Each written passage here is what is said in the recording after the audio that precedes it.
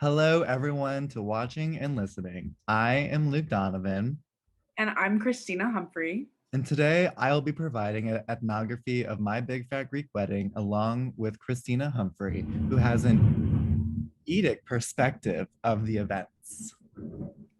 Yeah, my family is Greek Orthodox, and I grew up watching this movie since I was very young. Basically, the movie is about a Greek woman who marries an American man and has him um, integrating into her family and how her family reacts to it and how he interacts with their culture and their religion. Wow, sounds like we're going to get a lot of great information from you today. The very first thing that I would like to begin with is giving a little synopsis of the movie and the culture that we kind of see from it. I know that it follows a woman in her mid 30s who ends up getting married at some point to someone who is non Greek. Can you tell me a little more? Yeah, so the movie was written and directed and acted in by Nia Vardalos. She's a Greek woman. I think she's from Canada. And basically, the main character, who she plays, Tula, is kind of this old maid character who Mhm. hasn't gotten married. She feels like her life is stuck in a certain spot until she meets Ian Miller. Her last name is Portocalos, so it's a very big cultural difference. They fall in love, they start dating. She initially hides it from her family until they find out. Um, and it's a lot of how her parents, who are Greek immigrants, deal with him, how Ian interacts with the church, and how he interacts with the culture and the food and everything that is in her big fat Greek wedding, pretty much. Wow. Okay, great. One of the first things that really intrigues me about Greek culture is the food that they specifically eat. Being raised in America, I had never eaten lamb until I went to a Greek fest. And in this movie, I noticed that they eat Greek, especially on Easter. What does that mean and what does that symbolize? So there's a scene in the movie, it's Easter, and the dad brings out this big pot and he says, Irfei magiritsa. And magiritsa is a soup made from lamb intestines. It's not very good. I don't like it. But and we also like in from my family and a lot of Greek people do this. We'll roast a whole lamb on Easter, like outside on the spit. And I feel like it could symbolize like the body of Christ because we eat it on or not the Mhm. body like just the Lamb of God. Right, right, right. This we eat it on Easter, more So it traditional. has to do with God mainly, you would say, It especially could on Easter. it could also be the geography of Greece. Oh, because it's super mountainous and there aren't many areas for like cattle grazing because one of the biggest things when it comes to cattle grazing is just space. Um, and you have to have like hundreds of acres for cows to graze since they eat and produce so much waste. Yeah, Um, for sure. I mean, there's definitely the geography in Greece varies, but that's definitely a part of it. There's a lot of mhm. mountains and like lamb and goat and all of that. Those types of animals thrive more in those regions. So I'd say it comes from the religious aspect and the traditional Easter aspect of eating lamb probably stems somewhere from that. Okay, very interesting. Exactly. Now, one thing that I also know is heavily associated with Greek people is their use of olive oil. And I was staying with you a previous week, and you had a gallon bucket of olive oil. We And did. so I want to talk about why olive oil is so culturally important to this region and what it has done for the people of Greece and their economy. Well, it's kind of the same idea as lamb, like the Oh, area. okay. There's olive trees everywhere. That's Right. I think something that's very endemic to Greece and like Italy and the Mediterranean itself. Yeah. So I think well, I mean, Greece's economy is very tourism based, but also a fraction of it is exports, such as olive oil and other things. And I think the quality of it from Greece and like from Italy, France, the Mediterranean, like it's just good. And we use it in all of our cooking. Literally, like I use it every single day. My grandma takes a shot of it in the morning. Like it's just because it's such a plentiful resource in Greece. I think it's become Mhm. such a like important part of the culture. Right. And in the movie, are there any significant instances where they use olive oil? Yes, there is. In the scene where Ian Miller gets baptized in the Greek church, his godmother, Nikki, something that we do when you baptize a baby or a grown adult, it doesn't really matter, Hmm. is you have to rub them with oil to kind of anoint them, or I'm not really sure. Okay. And then they get baptized. So when I baptized my goddaughter, I had to rub her down in olive oil. And that's what Nikki had to do too in the movie. So yeah, it's has its roots in our culture and our religion and Wow. everywhere pretty much.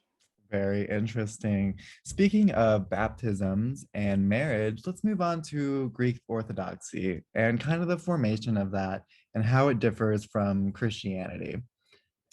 Well, So it I know a couple of things from Greek Orthodoxy where they didn't, no, they liked iconography and they didn't really necessarily want a pope. Where did that resentment come from?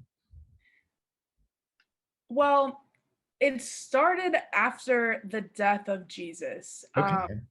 So just to preface, I'm not religious, but I grew up in the Orthodox Church, so I know a lot about it. Um, After the death of Jesus, the Nicene, I believe is how you pronounce it, council was created, Hmm. and that's kind of where the church has its roots in.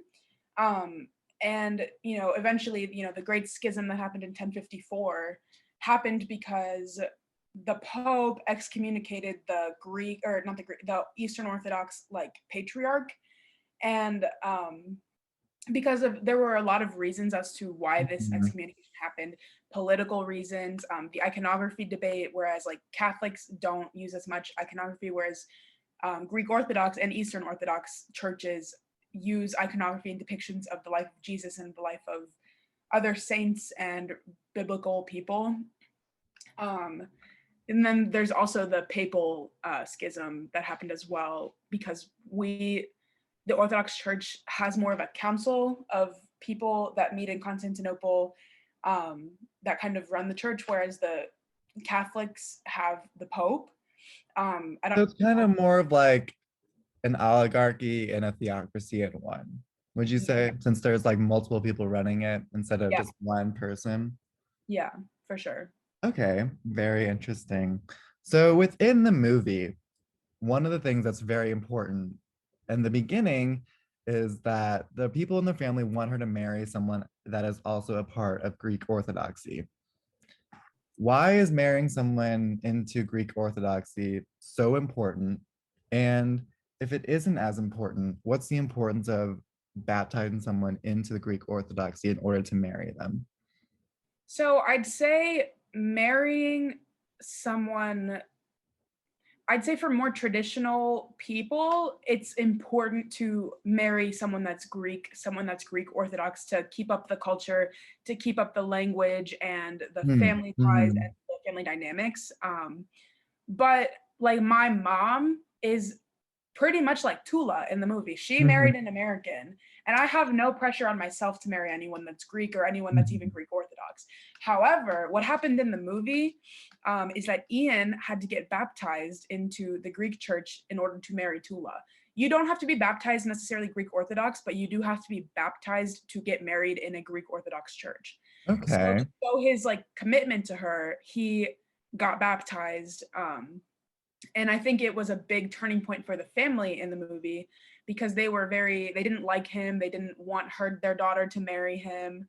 But when he took that initiative and said, I'm going to get baptized because I love Tula and I want to marry her, I think that like showed his commitment and showed Mhm. family's ability to accept him, because he took part in their religion and took part in their culture, and they recognized Right. someone that was like willing to do that for their daughter. So I know this is about My Big Fat Greek Wedding, but now I'm curious. Was your dad adopted in, or not adopted, baptized into Greek Orthodoxy, or had he been previously baptized in some other church? So my dad was raised Catholic, Hmm. but you can be Catholic to get married in the Greek church. So my parents got married in the Greek church Hmm. because he was already baptized. But when I was 6 or 7, my dad got reaffirmed or rebaptized into the Greek church Okay. on his own free will. So Cool. Very interesting. Last question surrounding religion, I think, that I want to bring up is mhm. that within the religion, are things spoken more in traditional Greek, or has a lot of it been converted over to modern day Greek and just English? So the church that I went to growing up was a Greek Orthodox church. We did our services in both Greek and English.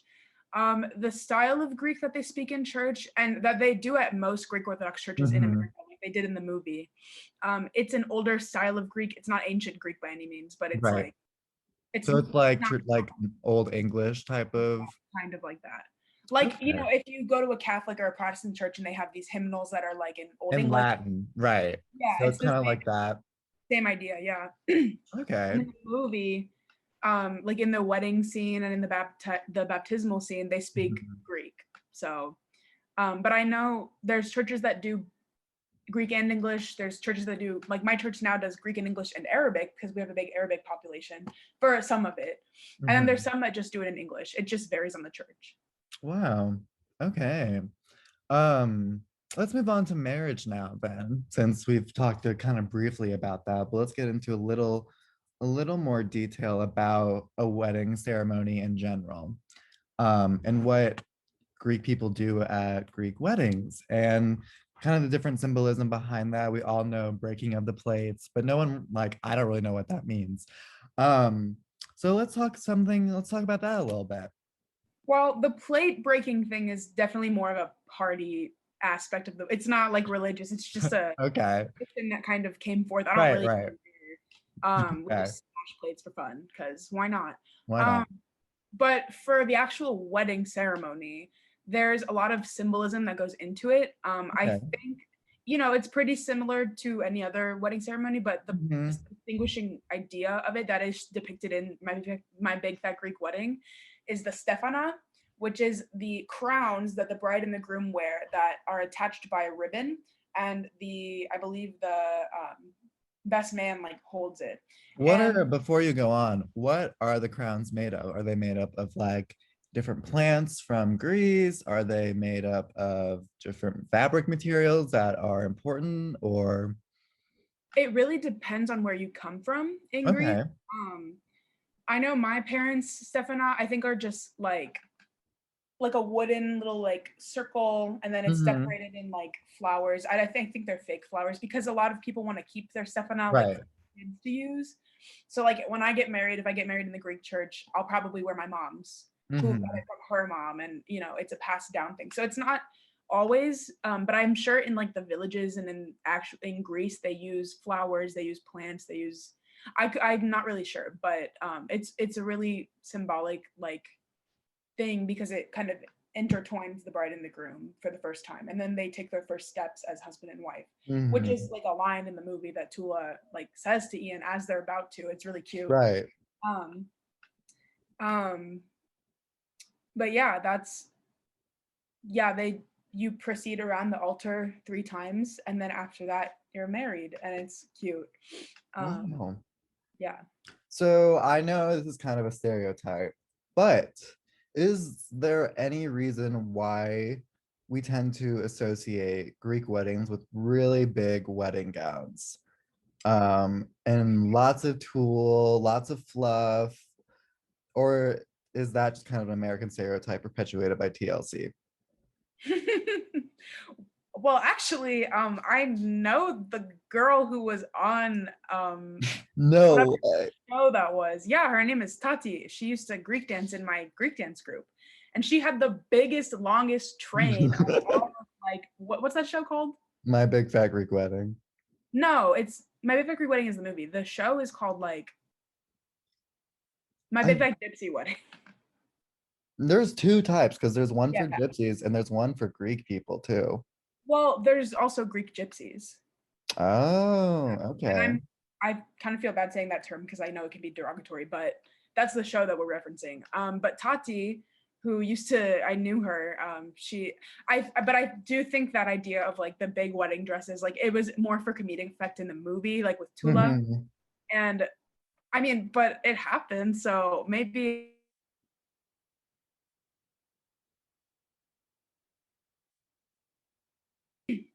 I think that's also like in the movie when how she had like a huge wedding dress and said like, "Oh, I'm a snow beast." I think Mhm. it was kind of like her mom and her aunts picked out the dress, and it's just kind of like, oh, they're like old and they have tacky like senses of fashion, and it was just kind of a joke. So Cool. No, that's funny. Um, and at their wedding, they do some traditional dancing, correct? yep. Okay, cool. I know that there are so many different regions within Greece and that many different regions have their own associated styles of dance. Within the movie, what style or region were they most associated with? So at the very they only Greek dance, I believe, twice in the movie. And the dances that they do are kind of found all over Greece. The one at the Mhm. very end of the movie is called the Kalamatiano, the 12 step. It's just widely known. And then the one that they do at the Easter celebration is called Zebekiko, and it's like a freestyle drunken type dance. However, recall like Thea Vula, one of the characters, saying like, "Oh, we're from Mykonos," and Mykonos, and as well as the island that like my family is from, Rhodes. Mhm. A lot of the island dances are more like free flowing, kind of like I'm not sure how to describe them other than that, but they're very like They're more lax. fancy footwork, very relaxed. Yeah. And then kind of dances from like northern Greece, like Macedonia, Pontos, Thrace, all of those regions are very stoic, very like um, straightforward, like stand up straight, have your arms out or down or whatever. And it's very like there's huge differences. But everywhere in Greece does share the Kalamatino, the 12 step, and the Zebekiko. Um, so it's kind of like everyone has their own personal dances Mhm. or dances that are endemic to different regions in Greece, but then there's Right. the common ones that everyone knows. For the common ones that are more associated with the movie, Mhm. is there any reason as to why that those dances developed in kind of in the fashion that they did, like the 12 step? Since it's not very So, common to see dancing like that in other places across the world. wait, can you repeat the last part that you just said? I feel as though there are not many similar dances from around the world that follow that particular pattern. Yeah. So the Kalamatiano came originally from Kalamata, where the olives come from. Okay, okay, going And back. I think it was just so popular that it spread throughout Greece. And I Mhm. mean, there's a lot of different Balkan countries, Albania, Bulgaria, and stuff from like north that Mhm. dance similarly to Greek dancing. Mhm. Um, but I think I'm not really sure as to why the 12 step became so popular. I think maybe the beat and the rhythm of the music, Okay. because a lot of Greek songs follow that beat. So it could be that. Right. All right. Lastly, for today, I want to go over something that I noticed that was in this movie, and that was the generational housing that they had. It felt as though that the grandparents were still living with their parents, and Tula was still a 30-year-old living with her mom and dad, which is something that is not common for people in America or in many parts of the world. So, how did this happen? So I think part of it comes from just tradition. I Mhm. know like my mom lived with her parents until she was like 25, and after like she had moved to America already, and so the culture was different, which is why I think she probably moved out. But I know that when one of my grandparents eventually, hopefully not soon, but eventually pass away, the surviving one will come and move in with my family or one of my mom's brothers or sisters. Mhm. um, because that's just how it is. That's just how we do things. I Right. think it probably comes from a financial standpoint because it Okay. costs a lot of money to put elderly people or like to put them in a retirement home or Mhm. to move out on your own when you're young. Right. And part of it like is not having that generational wealth is not as common in Greece because I think they have more of a communal like society because people help each other out in the village. Like, Mhm. you have your daughter who's going to marry the man down the street. So why would she move out until she gets married to him and then they develop their own family? But then when the parent dies, the other one moves. It's just a cyclical So kind of it's much more community focused and yes. then I very and I would less say individualistic ideas there. I think there's a combination of both, especially in the age of globalization. I'm sure some of those ideas are starting to fade, but I would also say like that sense of community is still very prominent in my Greek community in St. Louis. Um, Everybody's always going to be there for each other, even if we are moving towards a more individualistic society, which isn't a great thing, but I think we'll always have that sense of there's this word philotimo in Greek, which doesn't really have a direct translation, but it's kind of like hospitality, love for other people in your community, love for anybody, Mhm. and helping. It's just mutual, like everybody's got to help each other out, Right, I think right. that's a pretty all encompassing word for Greek culture and the way we live our lives. Okay, wow. Well, this has been great. And I really hope you appreciate my ethnography, Professor Taylor Van Doren.